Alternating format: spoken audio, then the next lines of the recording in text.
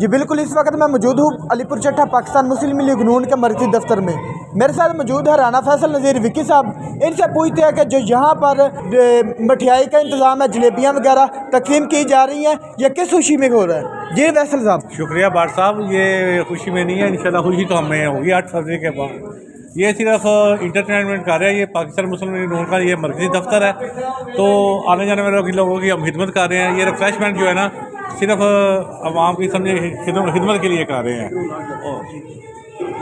اچھا، تو یہ کچھ علی پور چٹھا میں آزاد امیدوار کھڑے ہو کر وہ کہہ رہے ہیں کہ ہمیں مرکزی قیادت ہے پاکستان مسلم لیگ نون کی طرف سے ہدایت ملی ہے، اور اس ہدایت کی روشنی میں ہم جو ہے آزاد الیکشن لڑ کے تو اپنی جو ٹکٹ ہے، اپنی سیٹ وہ مرکزی قیادت کی جھولی میں ڈال دیں گے، اس میں کیا سچائی ہے؟ نہیں، کوئی ہدایت نہیں ہے، یہ سب پراپوگنڈا ہو رہا ہے، اس میں کوئی حقیقت نہیں ہے، کوئی سچائی نہیں ہے، یہ سراسر پراپوگنڈا ہے۔ یہ رات جلسے میں بھی ہماری جو قیادت تھی انہوں نے واضح پیغام دے دیا ہے کہ عدنان افضل چٹھا ہی جو ہے وہ نون لیگ کے کینڈیڈیٹ ہے، اور وہی کینڈیڈیٹ ہے، اور جو دوسرا گروپ کہہ رہا ہے وہ سراسر پراپوگنڈا کر رہا ہے، اس میں کوئی حقیقت نہیں ہے۔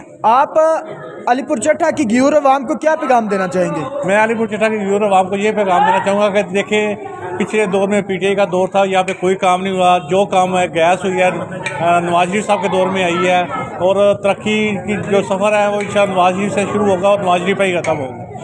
علی پور چٹھا کے لوگوں کو چاہیے کہ اپنے ارد گرد دیکھیں کہ کون اچھا نمائندہ ہے۔ اب آپ نمائندگی کی ایمانداری پہ، اس کی دیانتداری پہ دیکھ کے ووٹ ڈالیں تو انشاءاللہ تعالیٰ علی پور کی قسمت اور تقدیر بدلے گی۔ جی بہت شکریہ۔